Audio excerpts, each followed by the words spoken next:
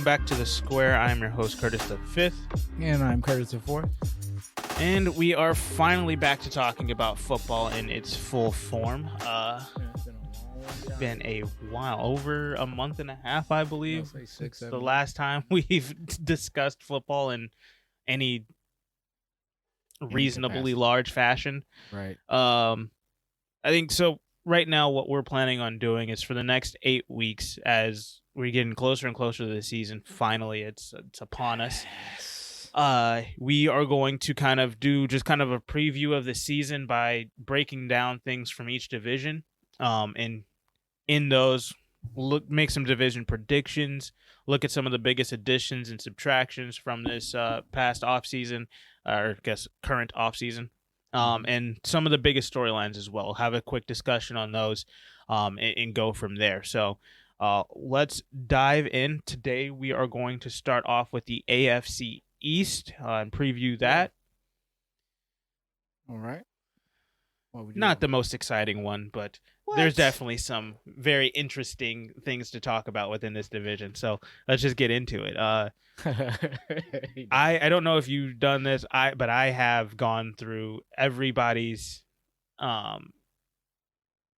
their whole schedule and have kind of just wins loss on the season. And okay, so for this division, let's just start with this. Who do you have winning this division? And I hope that we agree here. Absolutely, it's the Jets. 100. Oh no, the Buffalo Bills. Buffalo Bills for sure. This team they look so good right now on paper. Yeah. I mean, they have. I don't like this team right now. They're gonna be an issue for you. You already know that's gonna be an issue for the Chiefs, but I'm just not about the Chiefs. But just about Buffalo. So yeah, they're nice. What I'm banking on, I'm banking on them to do a small regression this year from last year. Really? Yes, just small. What? So I mean, if you went through whereabouts do you have their win total right now? I got them at 12-5. I know they were 13-3 last year, but it's just I was looking at it like really like I could see them dropping a couple games because they're not bringing it back. They're not like they're running it back per se. They're bringing back the majority of their personnel, but they have new players and there's a new scheme and people are, people do have caught up to you. There's film where I make space for. I don't see them doing a kind of a 13-4 or that's exactly where I have them, 13-4. But I will say one of their losses 100% coming to the Kansas City Chiefs in Week 5. So it's in Kansas City. I just don't think there's any way they're going to be able to steal away from that home crowd. You got the Kansas City game. You got the game right after that at Tennessee. Yeah, they've got a tough schedule at times. Exactly. I mean, at New England, I got a problem with because I don't think that's a cakewalk. I think that's 3. They at Tampa Bay, that's 4. They just Indianapolis Colts coming to their house. I think that they beat India at home. See, this is what I'm saying. It's a possibility. Then you still have Washington football team coming there. These are teams I'm like I can see them. I don't see them going 8-0. Well, because I think one of the biggest storylines, obviously, can Buffalo build off of their 2020 success? I mean, everybody agrees 2020 was a huge success for Buffalo. Yeah. Can they build off of that? I think that they most certainly can, especially which is the other big question, is Josh Allen the real deal? Maybe, but this is what I mean by slight regression. Yeah. One less loss. You could say 2 extra wins, but you got an extra game. You got to count for long season, fatigue, injuries. It just I think 13-3 and 12-5 in a 17 games is virtually the same. I understand what you 13-4. I'm like, man. I mean, it's a one game difference. I was looking at it from more of a realistic aspect. Like it just don't seem realistic when they go 13 wins straight back-to-back seasons. I don't know. I think I see the AFC just a little bit stronger than that. But I have the reason why I don't think that my biggest thing is this division I don't think is as difficult as people are making it out to be, specifically because of New England. And we'll get into them in a second. But I do believe there might be another big loss for them. by the beginning of this season, and we'll talk about that when we get to them. But Okay. Buffalo themselves, their additions I think are huge. Mm-hmm. They added Emmanuel Sanders, so you still have Stephon Diggs. I think that's going to be a world of difference for Josh Allen this year. I think he's going to have his pick of the litter of where he wants to go with the ball.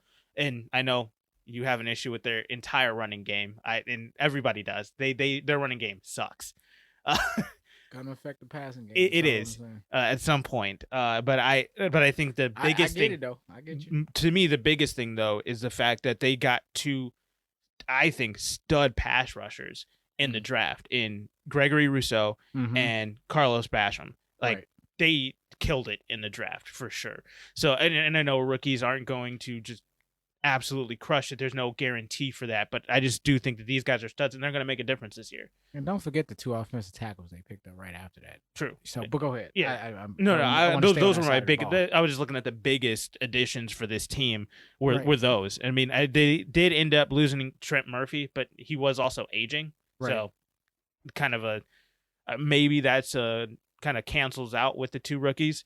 And then you lose Tyler Kroft, kind of your security blanket for Josh Allen, that tight end check down dude.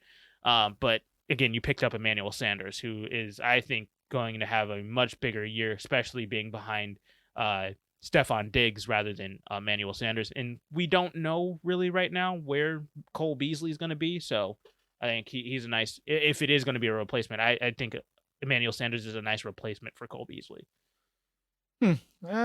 Is he? Well, is Cole Beasley not gonna?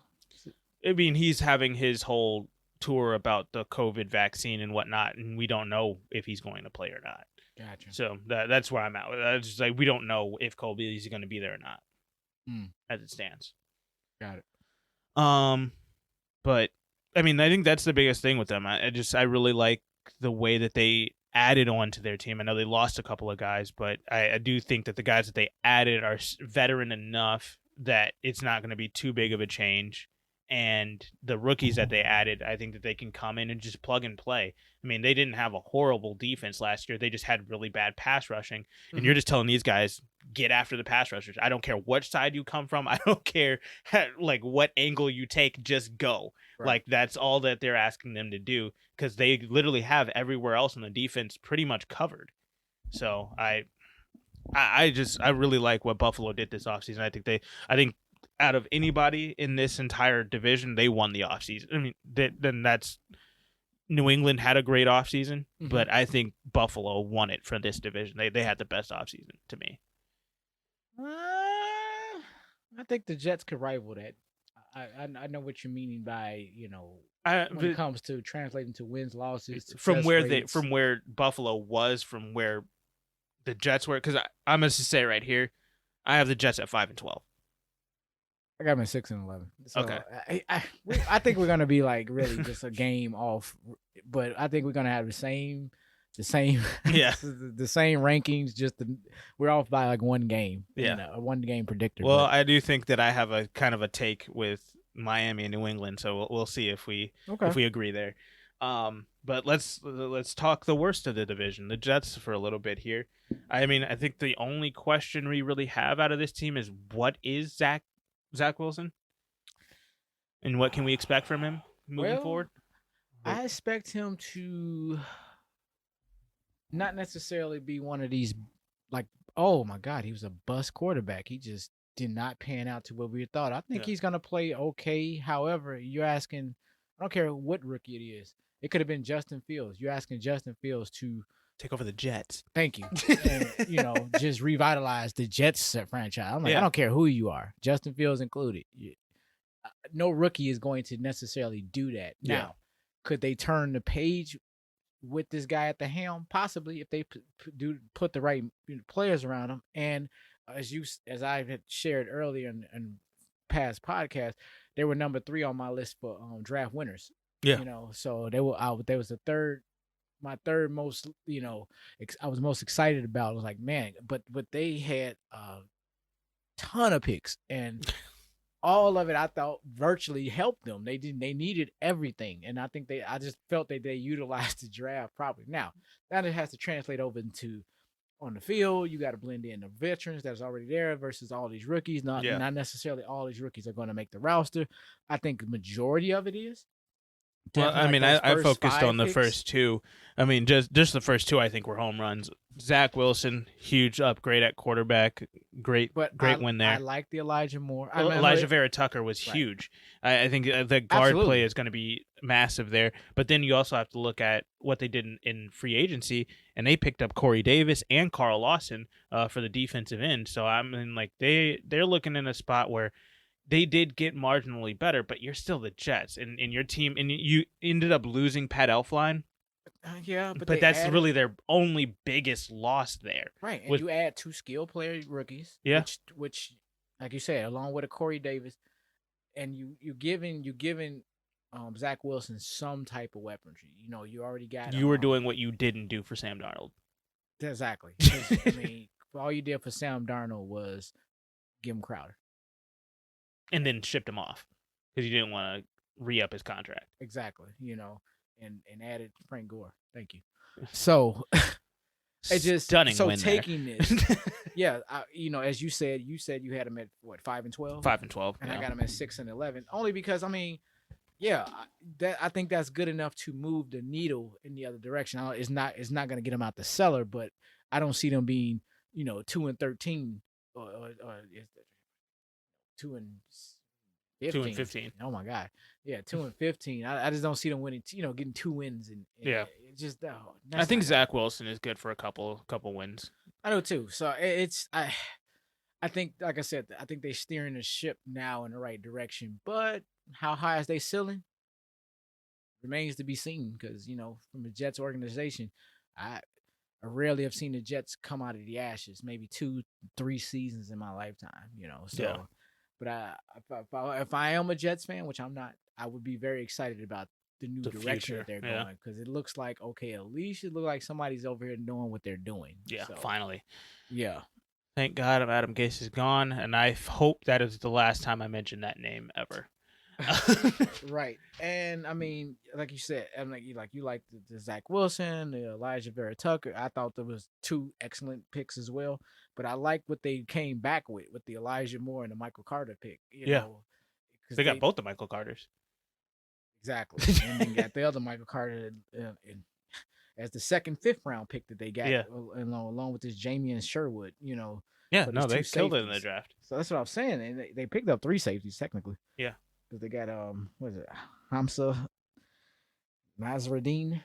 I think I said that right. You got it. From Florida State. And then Jason Pinnock, the cornerback. So I mean they're plugging up the holes. Yeah, there's rookies. I mean, I don't know if these are rookie breakouts, but they did whatever they did what they could in the draft. I thought, and I was very impressed. Which has given me, I give you 6 games for that. You know, and I think that's fair.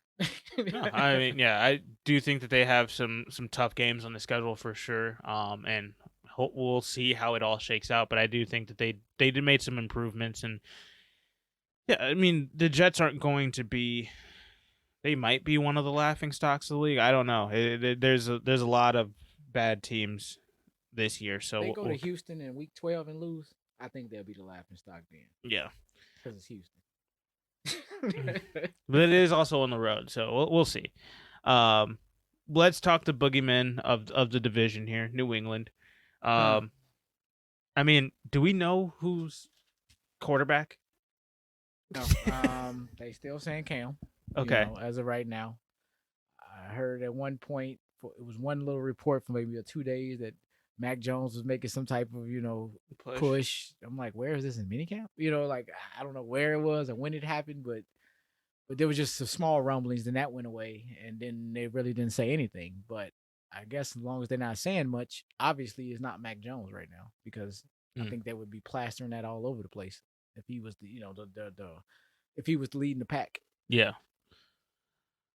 Yeah, I mean, they've had some good additions this offseason. I mean, obviously they have their hopeful future quarterback, who I'm still not totally sold on. I'm going to have to see him on the field first. But Mac Jones, rookie quarterback. And then they got Jonnu Smith and Hunter Henry for upgrades at tight end as pass catchers. They ended up I think they re-signed Nelson Aguilar. He was already there. He was He was with the Raiders last year. Oh, did he? The only thing going on in the Raiders last year. True. But they did. They re-signed David Andrews. That's who I was thinking of. The center. David Andrews. But they ended up losing Joe Thuney, which I think is huge. Yes, so their offensive line is kind of in flux right now, especially with chemistry wise, losing some guys and kept a few.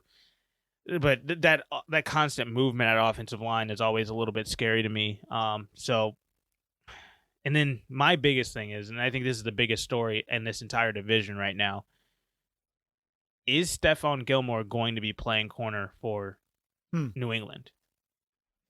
Because they still haven't come to terms on a new contract for him, and he is going into the last year of the contract. I'm not sure if he's going to hold out or not.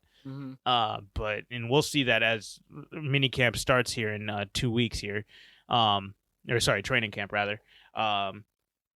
But yeah, if he's not there, that's a massive hole in this roster. Yeah, because I don't think the Joshua Bledsoe pickup is going to replace that. Not at all. So that's a good question. I don't know. They did beef up the line, but maybe they just gonna run back with what they at. I don't know who. And if he is not there, this guy up. If Stephon Gilmore is not there, Chicago, get your ass on the phone. We need a corner, and he is the dude.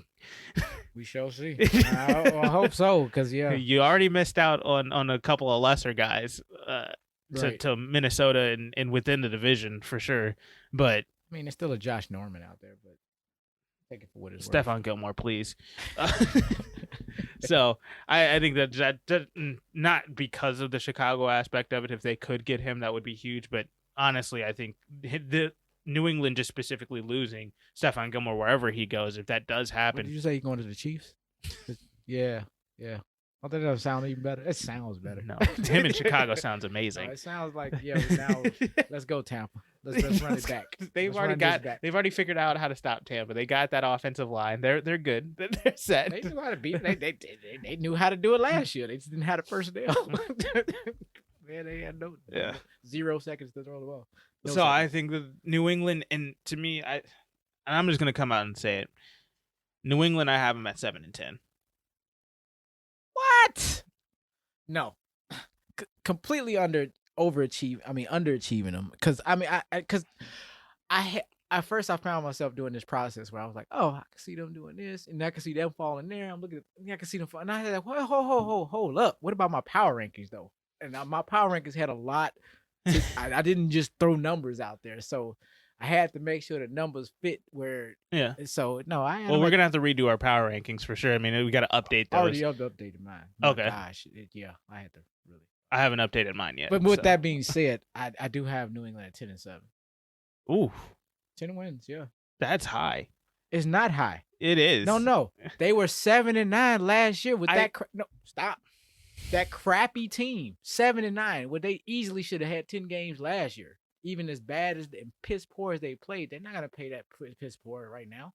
This year, with 3 extra wins, are you serious? With an extra game, I'm like, that's not a stretch. I'm not sold on running it back with Cam anymore. Oh, I'm not either. I don't think he's gonna last to the end of the year. I think they're just gonna start with him. But the thing is, so you think Mac Jones is that good? I think Mac Jones is gonna be ready enough to take over the reins by mid-season.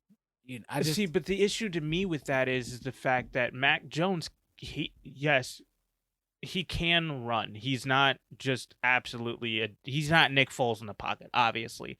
Like that's not the case for him. He can move, but a lot of New England's success last year came from Cam Newton's ability to move outside of the pocket. Like he wasn't a big passer last year. And I guess if you're saying that Mac Jones can make up for that with his lack of running and be that much better of a passer, then okay. But I don't know if Mac Jones is that much better of a quarterback than what Cam Newton is. Okay, maybe. But what I seen last year, Cam Newton sucked. I mean, he had his worst year ever. You say what you want to say.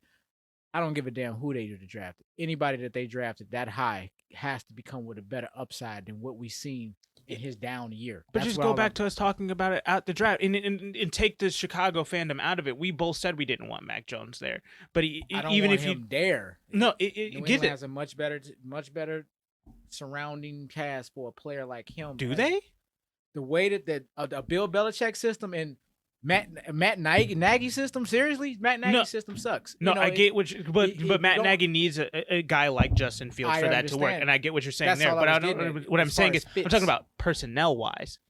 I'm just saying, like in these cases, even with quarterbacks, you just can't plug them in any team, and I'm not saying just look at the personnel that New England has. I get yes, you have 2 new tight ends, and wide receiver wise, you still suck. Check down Charlie.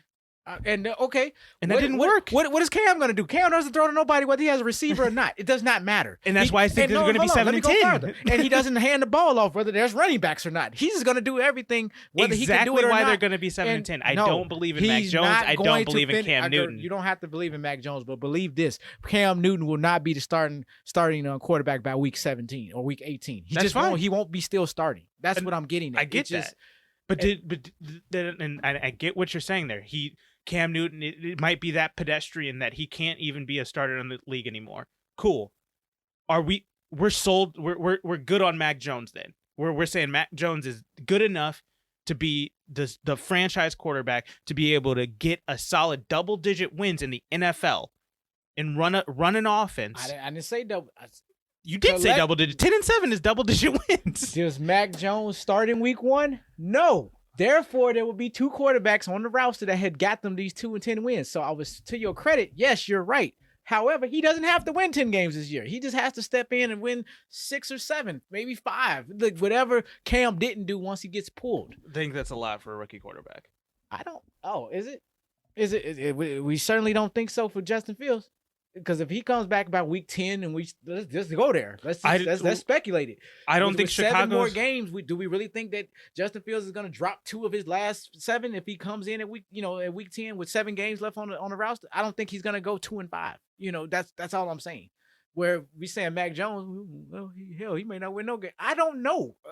I'm not even a Mac Jones fan. All of what I'm most speaking to is if you really going to run this thing back with Cam Newton for the full season, which I don't believe because that's why you drafted a quarterback, then, yeah, I'm putting him below the Jets at that point because I'm like, you have no quarterback. I'm sorry. And you have a quarterback that works against whatever weapons you have. Like I said, you put in 2 tight ends.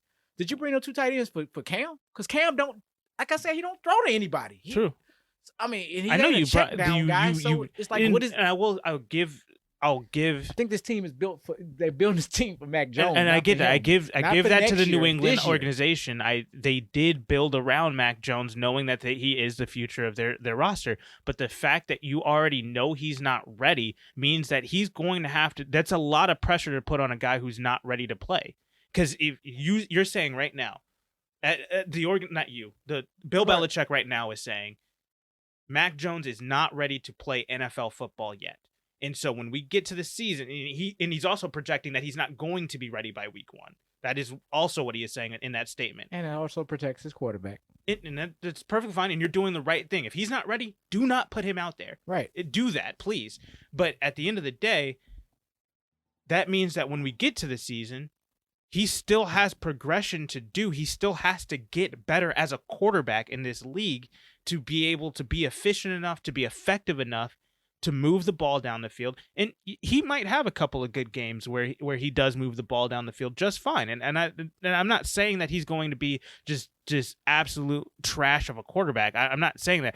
I think he might have the same situation with Zach Wilson in the same division. Okay. Where yes, they did a lot of good work to put the pieces around you this offseason.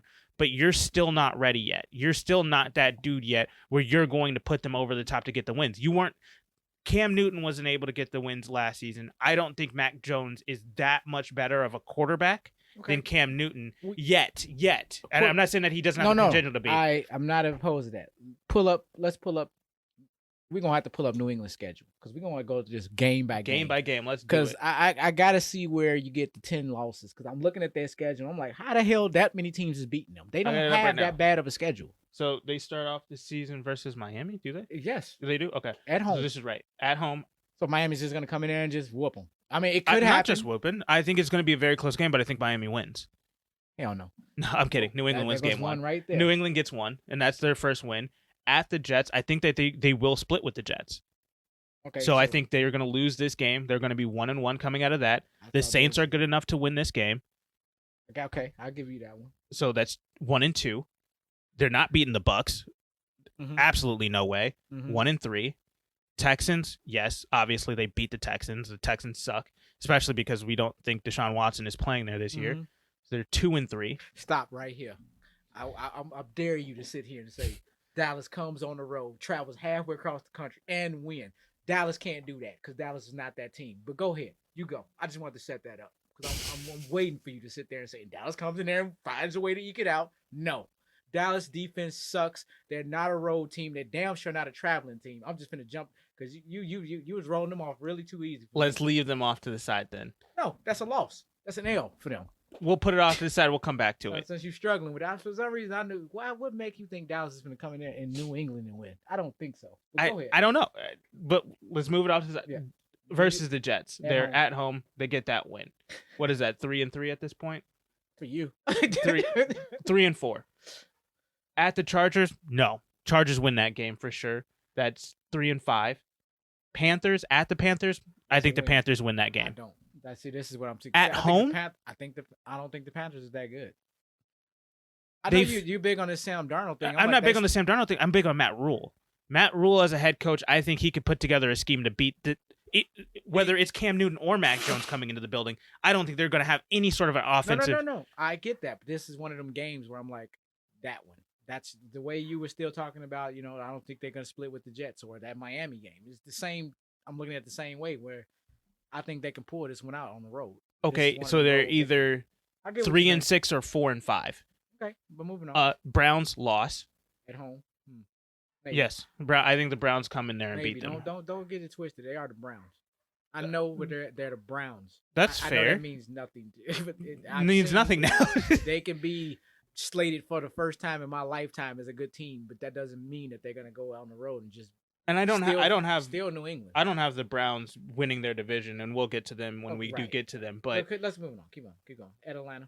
At Atlanta, I think that that's a tough one. That's actually 50-50 to me, only because it's on the road. That whole division, like Panthers, Falcons. I'm just like I can see them beating them. They could beat that. They could win that game, but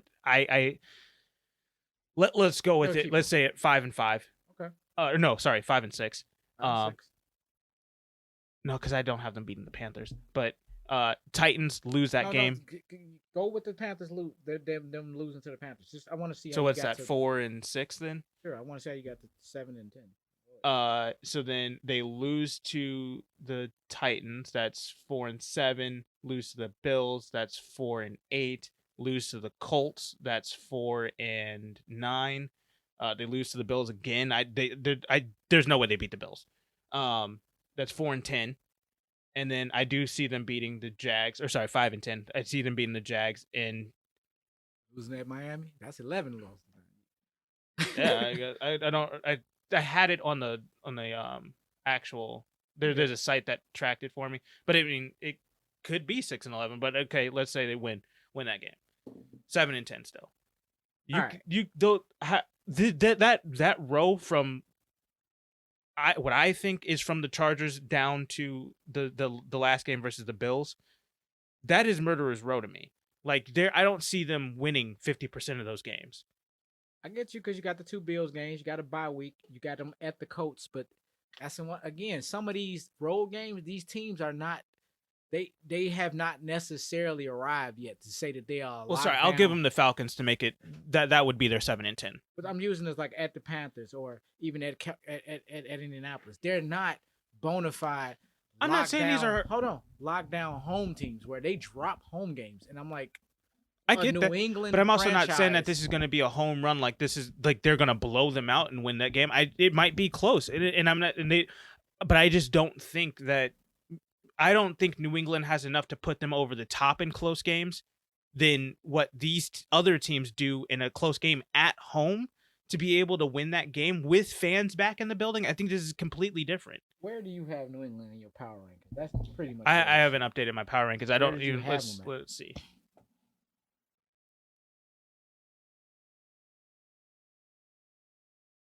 Bear with me, folks. That's kind of like I need to understand it in reference to where you even got them ranked. Middle in the pack. Where? 15, 16. I got them at 14. How do you have them with so many? You the 14th or the first half best team, but you don't even have a 500 record. It doesn't even translate. That's all I'm getting at. It's like you got power rankings doesn't translate to win. I'm not saying that they have a bad team. I'm saying that this team is with their schedule and the way that things will stack up. It does not. I'm speaking more to your power rankings. They might lose 50-50s. They can lose 50-50 games. They could, and they can win them. And I think that the way that the schedule shakes out, the way that I'm looking at it, New England does not have a favorable schedule to win games with their situation. You're gonna have to drop them down on your power rankings. I probably will. I have to redo. 14. I have to redo my power rankings. But that's what I'm saying. If I got them ranked at 14, they got to be somewhere near 10 wins. You can't be at 7 and you know. That's middle of the pack. How is that 10 wins? You're 3 games over 500. 10 wins in a 17 games. A 10-6. Let's just throw out the 17 game for a second. A 10-6 season is a successful season for anybody. That's a playoff bound team. That's the top half of the league. Is that not? That's very simple math. I'm doing basic arithmetic here. It's not middle of the pack though. That's different. What is middle of the pack for you? There's 32 teams. If you're number 14, 15, or 16, is that not middle of the pack?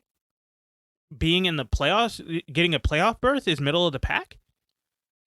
No. I'm asking 32 teams. If I'm ranked in the middle of the pack of the damn teams, that's the middle of the pack. But you're giving them the benefit of the doubt in 50-50 games where I'm not.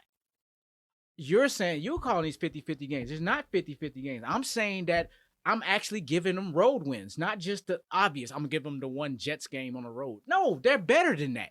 They have a defense. I understand they don't have a lot of receivers. Neither does Baltimore. Baltimore has a defense. Baltimore has a quarterback. Baltimore also has a run game and an offensive line. That's completely different. Has a system that they found a way to outside of last year. Let's go back to last year. With that system, and go back to the draft that we just talked about. And I told you they had a great draft. I got it. You're down on New England. I'm not even debating that. All I'm saying is I'm trying to figure out how you got them at 10 losses. I'm like, I don't think they're going to lose that many games.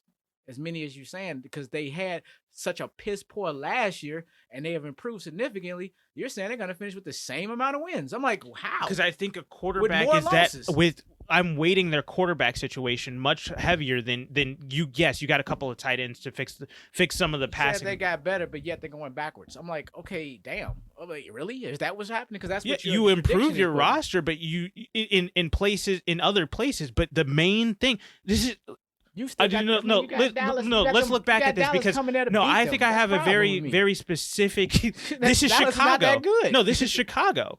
Okay. Where Chicago got better in a lot of different places except for quarterback over the last 4 years, and we kept getting worse. We got better. Have Belichick. Belichick, I understand the Brady, but Belichick is a solid coach, period. I understand Matt Nagy we don't know what Matt Nagy is outside of what we've just seen, and I'm like, okay, I mean, I can't even put these two in a real comparison. It's just I think the coaching is far superior than what we have in coaching schemes. Then why didn't that translate to wins last year? Why did what shouldn't translate to wins? Belichick. New quarterback.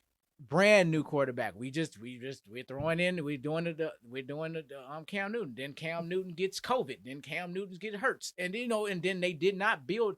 Their team was already had holes as to the reason why Tom Brady left anyway. If Tom Brady was there last year, they might have won 9 games just with the quarterback play. 100% agree. Which I'm trying to say because of all the injuries that they had and so on and so forth, and all the people who sat out from COVID, and all of that is gone.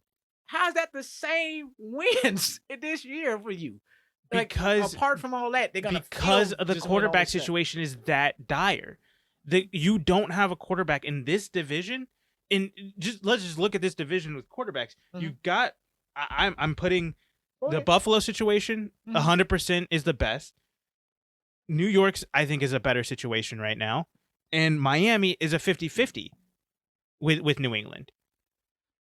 New York is a better situation, but not better talent. And it's like therefore. No, I agree with that, and that's why I I have them at 5-12, and not Right. and that's why I have New England better than them, is because yes, that's where I give Belichick the benefit of the doubt. You're gonna win games that New York would lose with the same type of talent, and I get that, and you do have a better talent around your quarterback position, but you don't have any sort of stabilization at the quarterback our first position. 7 games is where we differ the most. Because I got them beating Miami in week 1, beating the Jets. I do too. Road, No, I did. I was kidding with you with that first one. That was a win for them. Okay. The first one. beating the Jets at 2. That's 2-0. You have them beating at the Jets, going Yes. to New York. Yes, why not? What the hell? They always beat them at the Jets. What is so damn different this year? They're still a young team like anybody else trying to figure it out. Whereas New England, they may have some struggles and some holes here and there. They have a much better team overall. Before you go into the rest of this, where do you think Mac Jones comes in? If there's realistically, let's see. Because I think me and you both agree Mac Jones is going to play and start games this season at some point, right? Yeah. So where do you think what week do you think he comes in? I think the best place realistically would be around by week 10. Where is that, at Chargers? After they come off this back-to-back road. Okay, games. so versus the Browns at versus home. the Browns, and then he has an at Atlanta. I'm like, at some point you're gonna have to put him out there. I figure they'll do it at home. I'd rather do it on the road. I would probably wait until 11. after that Browns game. I'm gonna say unless it's week 11, but I'm saying it at that point because of how I'm slating their first. So you think they give him that much of a rope with Cam Newton? Just depends. I don't. That's the thing. I don't know. What I do believe is I don't think Cam makes it to the end of the year. Because if you do it at home, I would think you would want to do it in October versus the Cowboys or the Jets. True, or the Jets. You're right. I get you, and it could be. I don't know if that was too early, but New England doesn't give me any pulse as to what they're going to do. I just think when they brought Mac Jones in, I think if they're going to just try to get him as ready as soon as possible, and when he's ready, translate it to wherever they're at in their success, which I don't think they would just be like 6-2 or nothing like that. I don't think that's where I'm about to go with this, but it's going to be to the point where they're like, I think it's time to make that change. Mm-hmm. But like I said, I got them winning their first 2 weeks. I got them losing against the Saints and the Buccaneers, which puts them at 2-2. Winning at Houston, 3-2. Winning when Dallas come over there, 4-2. Beating the Jets, 5-2, and then dropping definitely dropping, being 5-3 against the Chargers. I can see them. I said I could see them beating Carolina, but this would be one of those 50-50 games. Now, if they drop the second one on the road, I can see that. Would that make them 5-4? 5-3. Yeah, 5-4. 5-4, and then there's Cleveland, possibly 5-5. I said, see that now, and I'm kind of flip flopping this Cleveland and Panthers game. I think they can pull one of those out. Just like, how the hell did they do that? I don't know. Where and then again, to me, Atlanta, and then you had that murderer's row. That's why I was 4 saying straight weeks about of 10 or 11 for me. I'm almost want to say possibly week 11. I mean, I wouldn't be so adamant about this if you didn't have them in double-digit wins. I think if they were 9-8, it would be. Why did that make it such much? I don't know. Make it so much different. There's one game. Well, because you're also saying that because 10 or 11 wins you're giving them, and I'm 11 not is 10 or 11. I'll give them 10. Okay. I said 10-7. Okay. I didn't have a hardcore. Their win, loss. I had a kind of a variation of a couple of games where I went like, okay, this is where I see this season going. And this is part we should have preferenced that. Yeah. I have a few games. What you're saying, what you're calling 50-50 games is what I'm calling, it's kind of that can go either way. Yeah. I guess we're saying the same thing, but. Well, it's a 50-50 game to me. Like, I could see them beating the Panthers on the road. I don't see that. I have, I think, higher marks for the Browns and I'm not saying that the Browns, because again, I don't even have the Browns winning their division, but I just think that Browns are going to be such a force in the AFC as a whole. I get that too, but I could see them dropping. This would be one of them things on their routes. Not this one particularly, but I could see a game like that. But if you look at specifically at this wacky road game, yeah, I'm looking. They have different ones that I think are more plausible that they'll lose those games than New England. Their schedule is they do have a pretty tough schedule. They actually have a tougher schedule than the. No, they are right behind the Bears in schedule difficulty. Gotcha. But it's And everybody in the I'm on the AFC. fence. I'm on the fence with this Miami team. Like I'm talking about the Miami team playing divisional games. Yeah, some of these divisional games is just like I can see you dropping. Well, it's funny because I have New England at 3-3, at 7-10, but I have Miami at 8-9, but 2-4 in the division. I can see that, and that's the thing. I don't think they really dominate the division. They're not going. I don't think they are going to at all. See the possibility of New England sweeping them. Like, granted, and then again, the second game is at Miami, but it's in week 18. Are they even playing for a playoff berth at this point? I don't think either one of them are going to be. That's what I'm trying to get at. Where I can see them. This might not even be one of them. Kind of like the Kansas but that's City one of those things Chargers where I think game from last year. That's why I think the first game is so important. I don't think that New England goes into Miami or at home. I think Miami, the way it's tough, and it's January 9th. I don't know. Which is interesting because they played the first game of the season in New England and the last game of the season in Miami. So they'll never be in bad weather. Yeah. So, but again, New England is definitely a wild card based on we don't know what direction this team is going or what their full scheme is going to be. But I really don't know what Miami is doing this year. I'm not saying that from a bad place. It's just like I think I'm giving based on last year. If they're just gonna build, they should be okay. And I think they're building off that defense. I don't think I don't have as big of a question on Miami as a whole. I have more of questions on Tua specifically. I was gonna say I got them ranked 15th as I got New England ranked 14th overall. Okay, but I also got Miami predicted at 9-8, just one game less. It just I could be. I mean, and I what if nothing else, I believe my standing predictions as far as okay, Buffalo was 2 games ahead of this team, and and it was 1 game. I think that's gonna stay the same. Maybe the numbers are a little off. Maybe they do win 13 games. I said 12. Maybe New England does only win 9 games or 8 games. You said 7. I'm like, that's significantly low. And it's significantly low in comparison to what I've seen from last year. And I've seen they make significant improvements and a lot of things are changing. I just can't see them finishing with the same win total. I don't see it. I'm not, and that's where I disagree. It's just I don't see how it's the exact same as last year because last year was horrible. And I'm like, if they didn't do anything in the offseason, okay, I can see them, regressing. But no, they didn't do anything. I know maybe I'm reaching at 10, but I'm reaching at 10 based on a division. It's more of, yeah, you got to worry about Buffalo. You don't have to worry about Miami and New York. I think that's 4. I think that's potentially 4 wins right there. Could they split them 2? Absolutely. Not, but that's what I mean. I just, if there's a places where how do you get to 10? Beating teams like them. Hands, what I'm saying? Not messing around splitting. It's more so based on that. Wasn't necessarily against what you're saying, and you make very strong points. I'm not even petitioning that hard for New England. New England, I don't even like them from nobody. However, based on my power rankings, unfortunately, just in the proximity of their division, it slates them to be up there based on just their strength. Schedule's okay, but we have some variation. They do have a tough road though there at the end of the season, where I have to, and I think that's where they're going to drop most of them. That's why I said that first half. I think they're really going to come out and be. I mean, they're going to, but however, that's also a thing because Bill Belichick never does that. They never come out and play fantastic in the first half of the season either. Shouldn't, but even in the first month, I got them, 2-2. So it's not, they're not going to come out the gate super hot, but then that weeks 5 through 9, I think that's where they're going to pick up momentum in that second month. Well, yeah, and I do think that's where they get most of their wins too. I don't see them losing to the Texans. You see them losing to Dallas for some reason. I don't know why, but go ahead. No, I think I gave them the loss there because I do. Even though I see that as a possible 50-50 game, I am giving New England that benefit of the doubt where it's just like you're at home for 1. 2, Dallas isn't that good of a team, obviously, but my issue is the fact that Dallas has an issue with their defense and New England has an issue with their offense.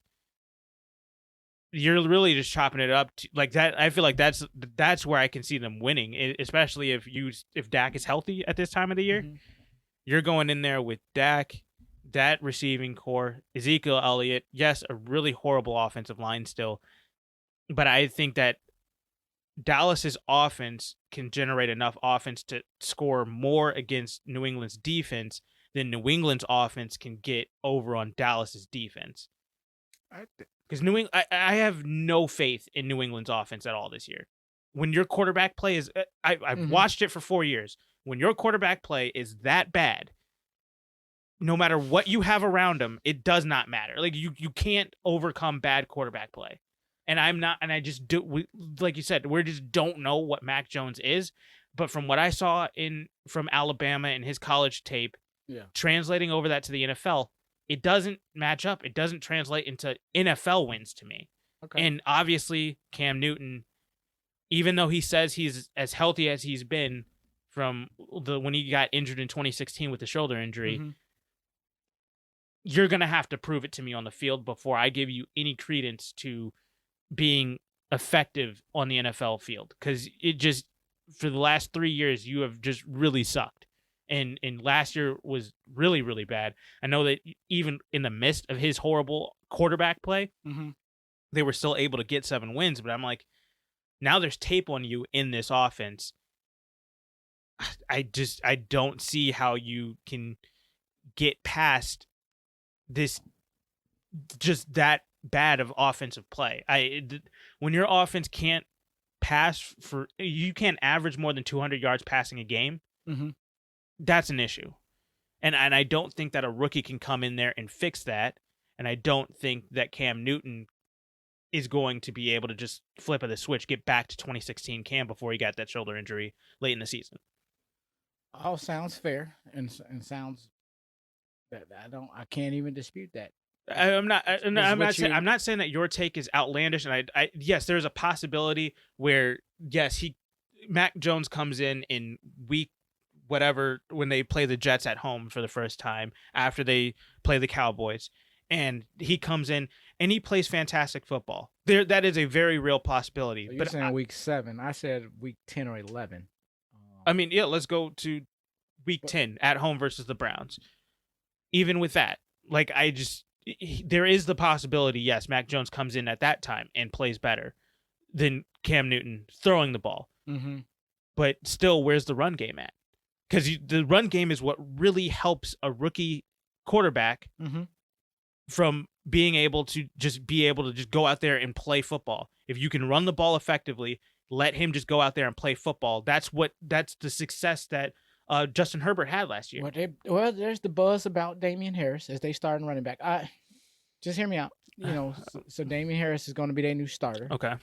But they've been saying big things about him for several years, which I'm fine with that because they're bringing him up throughout the ranks. They didn't do the Sony Michel thing to him. Just throw him out there, and which I wish they would have. And I mean, you bring James White back, so you got a safety net on at least that you can utilize. If Damian Harris stay healthy.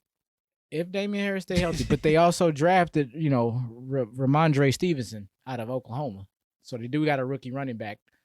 And I don't think that's nothing to sneeze at. No, I'm not saying it is.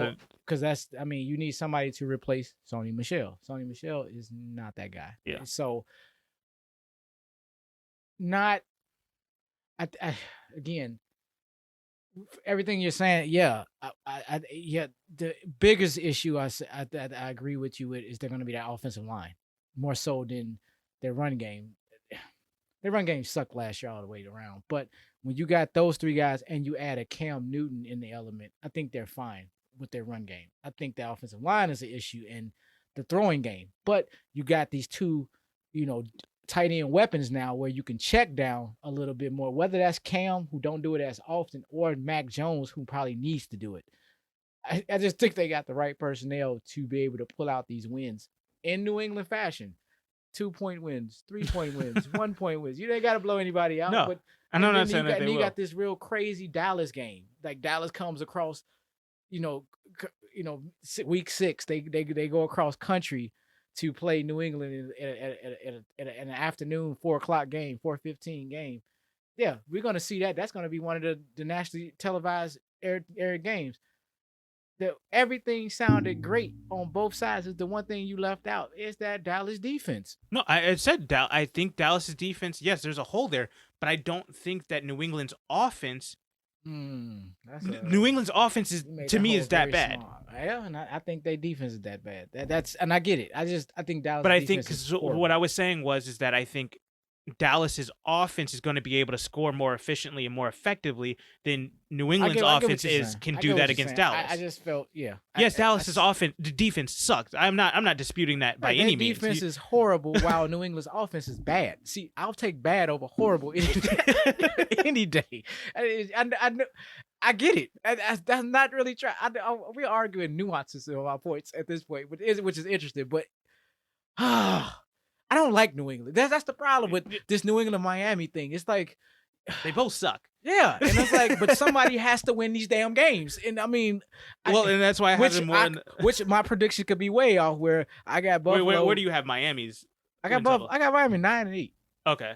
See, I'm just, but realistically, I can have Buffalo at 12-5. I can have realistically New England could be 8-9 or 7-10, as you saying. Miami could be 6-11, and the Jets could be 3-14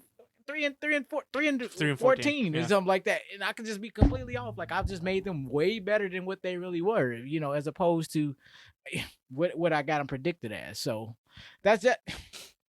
I just find you got Buffalo still winning 13 games. You still got New England only winning 7 games. I was like, wow, they all improved though. Or Buffalo didn't necessarily improve. I think they maintained. No, they improved in certain spots, but I think they improved in the spots they needed to. I was going to say where they didn't necessarily need to improve, but they had some key acquisitions. No, I think they're a contender. No, I think Buffalo improved exactly where they needed to, and that was specifically giving more weapons to Josh Allen and making sure that they get after the pass rush. They did exactly that. And let's ignore that run game that they don't need. I understand that. I get what, but I think that's the difference between Josh Allen. That's the difference between Cam Newton and this is Mac why Jones. They got 5 losses. They don't have a run game. I'm being generous. I mean, that's damn generous. But I think somebody with no run game. We're both on the same page where they're going to be in that. Where they're going to be anywhere from 11 to 13 we're arguing. I went on the top end. We're arguing a random game here, which we didn't even determine what game. It doesn't matter. It just that's fine. I don't. I think we're on the same boat with Buffalo. Buffalo is winning this division, and I think we can just leave them there. I think Josh Allen is.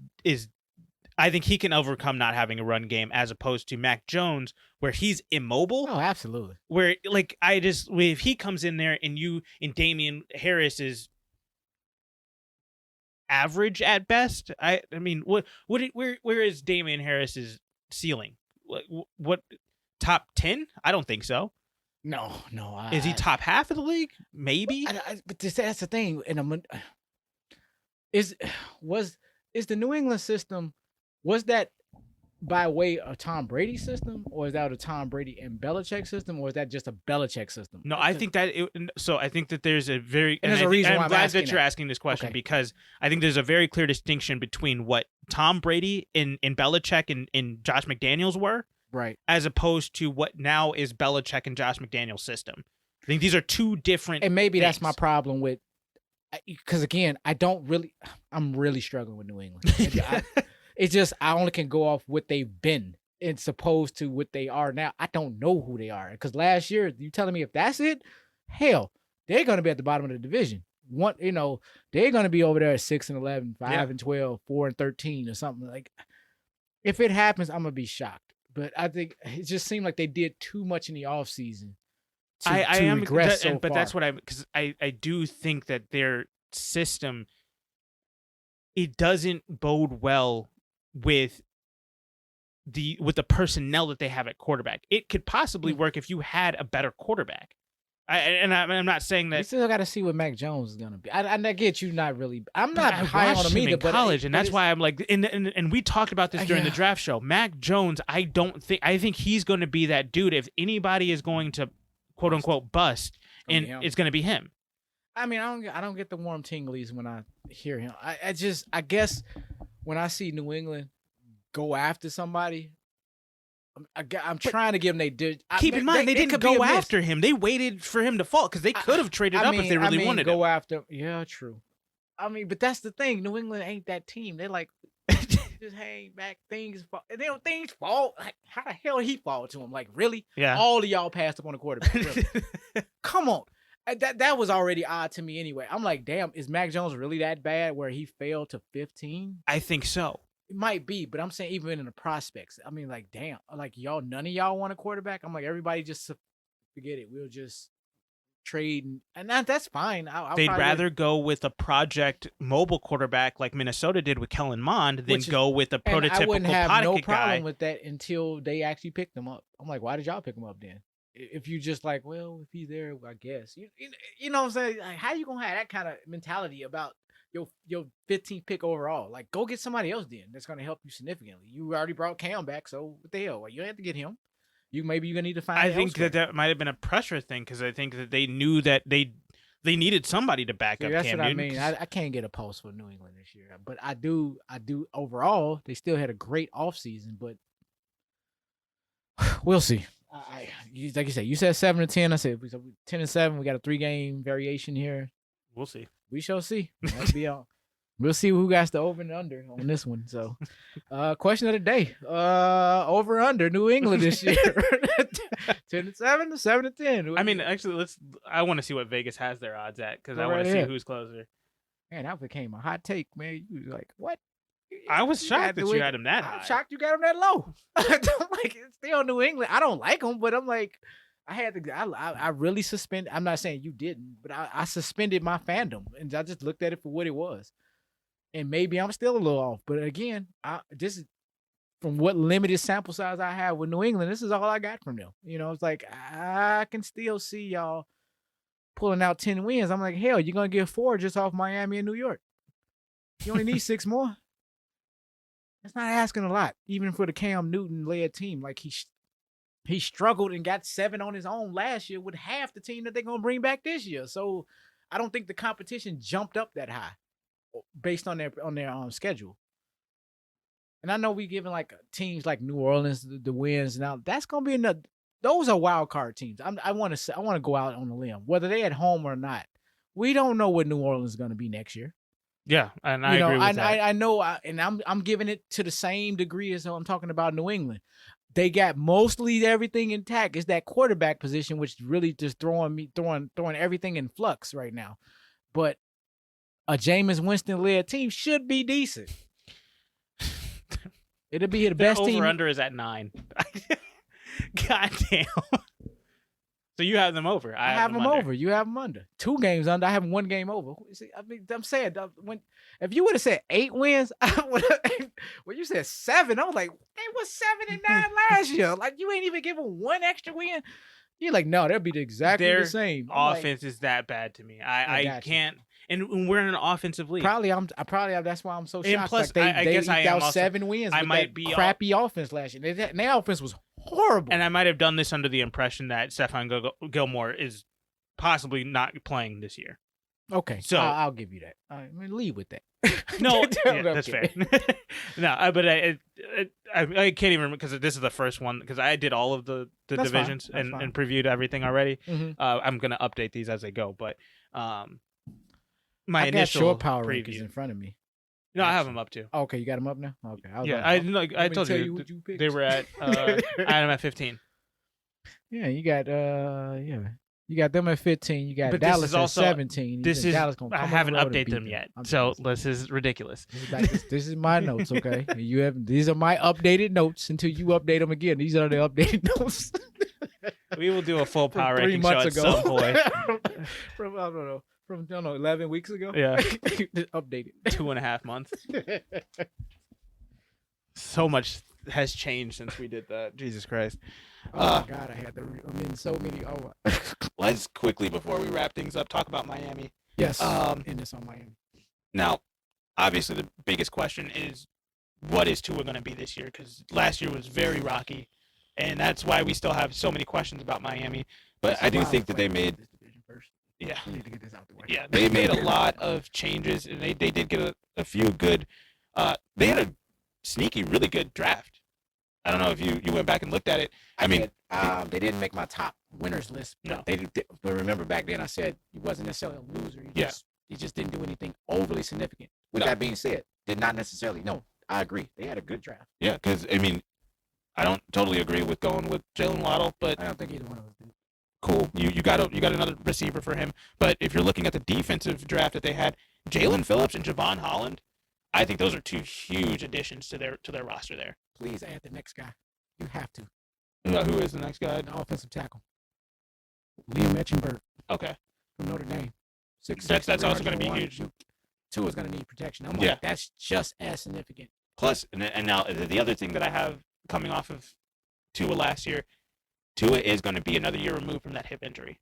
Okay. So I do think that I'm not sure if it was last year was such an anomaly with COVID and injuries and everything that was happening with that last year. And you also had the anomaly of all anomalies in quarterbacks and Ryan Fitzpatrick on the roster as well. So with all of that fluctuation, with all of that craziness, I don't know where Miami falls in that respect. But now looking ahead, I do think Miami is in a situation where Tua getting another year healthier, and then with a few of the pieces, with especially having some more protection around him, and then also in the free agency picking up Will Fuller, that's going to be huge. Now, I do think that losing Kyle Van Noy and Devon Gottschall are going to be two big losses for Miami. So we're really going to have to see early on in the season what this defense looks like, because their defense was a huge, huge proponent to their success last year. Yes, it was. You have definitely some questionable. They don't have the greatest schedule. They Hold on. they're going to struggle, and part of that, I might be being generous by giving them 9 wins. That I dare I say 8 wins. Because they still have to deal with their own division, and I got them. Like I said, I can see them dropping 2 games to New England and wouldn't bat an eyelash to it. Now, if they split, great, but if they lost both of them, would not surprise me. And you still got teams like Indianapolis and Tampa Bay, and you got Baltimore. God, and you still got at the Saints, at Tennessee, and that's not even starting with you got 2 Bills games, you have 2 New England games. Like that's. I'm putting it to say because I think they made steps and leaps forward last year. Mm-hmm. So I'm not necessarily going to regress them, but I'm not.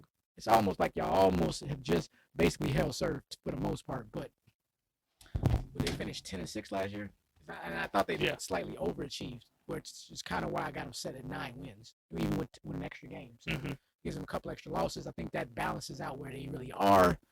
I think they made some significant add-ons, but I think that's what's going to maintain them where they're at, as opposed to elevate them. Yeah. And I wanted to add that Hunter Long, that tight end from Boston College. I thought, they're gonna need another weapon. Because my only thing is that tight ends never really. I mean, you saw it with the dude from Detroit. No. Hawkinson, yeah. Just rookie tight ends, and I think it's the same thing with Kyle Pitts. They don't have fantastic rookie seasons. Is it rookie starting tight ends or just rookie tight ends, period? Rookie starting tight ends. That's what I'm getting at, because Gesicki is the starter. So I'm just Fair. to add him on. I was only asking from a depth standpoint. And what you were saying was fair. I want to just preference, like, that's another weapon. Not necessarily week 1. Mid-second half of the season when they're in the dog days of their schedule, which does not look good for them. I mean, this is horrible. This is almost like the Bears schedule. This is bad. I don't like this for them. I think I overestimated them. I should look at this schedule a little closer. I think they're gonna be more closer to the Jets than they will be New England. But then again, I don't want to go back and hash the New England thing. That's what I did preference. I was just say this. I felt New England and Miami. I was really struggling with where they're really gonna fall, even though I got them ranked 14th and 15th based on what I seen last year, what had happened to these teams, and where they should be going progression-wise going into this year. A lot of speculation, could be completely and absolutely wrong. come week 3, week 4, I'm like, okay, scrap that. Yeah. Change the power rankings again. But, just based on where I'm at, I'm just holding serve right now until further notice. And granted, of course, we can go and break these numbers down between standard predictions and translate it over to power rankings. And even then, there's still going to be a team or two that's going to just come out of nowhere and be in that range. I'm like, where'd that come from? It happens all the time. And you never see it coming no matter what. Yeah. So I said all that to say that, like, we shall see. All right. Well, I think we've given a good preview to what this division is really looking like. Buffalo definitely has the reins here. We're all in agreement here. The Jets are going to be bringing up the rear. Everything in the middle is up for debate. Pretty much. Completely gray. The gray. Yeah. All right. Well, I want to thank you guys for listening again. Again, go check us out on all the platforms. But like, share, and subscribe. And then definitely go follow us over on Twitter at @the_square pod. Again, thank you guys for listening, and we'll catch you guys in the next one. All right, have a great day.